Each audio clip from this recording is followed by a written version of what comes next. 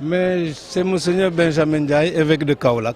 Voilà, revenez un peu sur cette campagne, en quoi elle consiste, quels sont les objectifs et puis également la stratégie qui va être mise en place pour faire un fort événement. Alors en fait, il faut d'abord rendre justice à l'origine de l'initiative.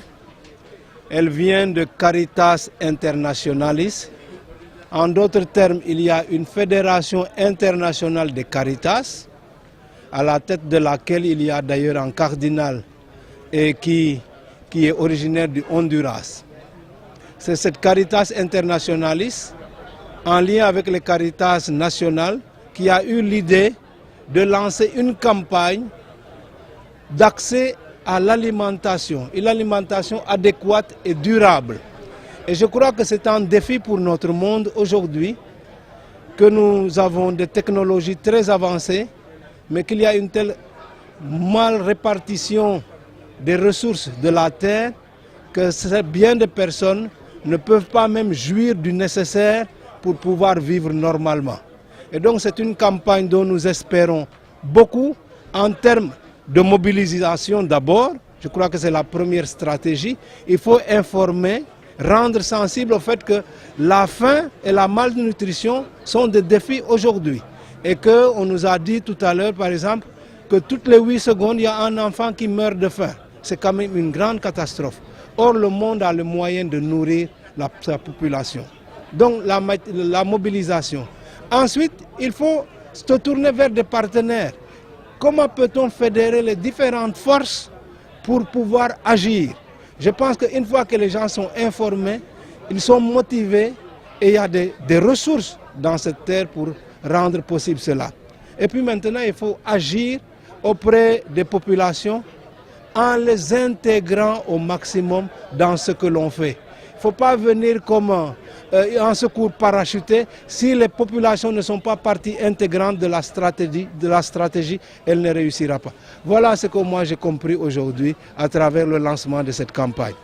Alors, Monseigneur, est-ce qu'on peut aspirer à la nourriture pour tous quand on sait que les problèmes sont là, l'accès à la terre, les manques de moyens pour l'agriculture? Alors, toutes ces questions-là sont connexes et doivent être travaillées. L'accès à la terre, l'accès à l'eau. Par exemple, dans un pays comme le Sénégal, qui s'honore de 3 mois de pluviométrie, mais qui le reste du temps vit la saison sèche, est-ce que nous ne devrions pas davantage utiliser l'eau des fleuves et les eaux souterraines pour avoir une agriculture qui dure toute l'année? D'autant plus qu'il a été prouvé même que l'agriculture hors saison de pluie s'avère plus rentable que l'agriculture en saison de pluie. Donc il y a la question de l'accès à la terre aussi. Des gens voudraient travailler aujourd'hui, n'ont pas accès à la terre. Et je crois que les pouvoirs étatiques doivent prendre tous les moyens pour que tous ceux qui ont envie de travailler puissent le faire. Ensuite, il y a les équipements. C'est vrai qu'on a travaillé longtemps de manière très traditionnelle, mais on ne peut pas avoir une bonne rentabilité si on n'améliore pas les équipements et tous les intrants, comme on dit, en matière d'agriculture.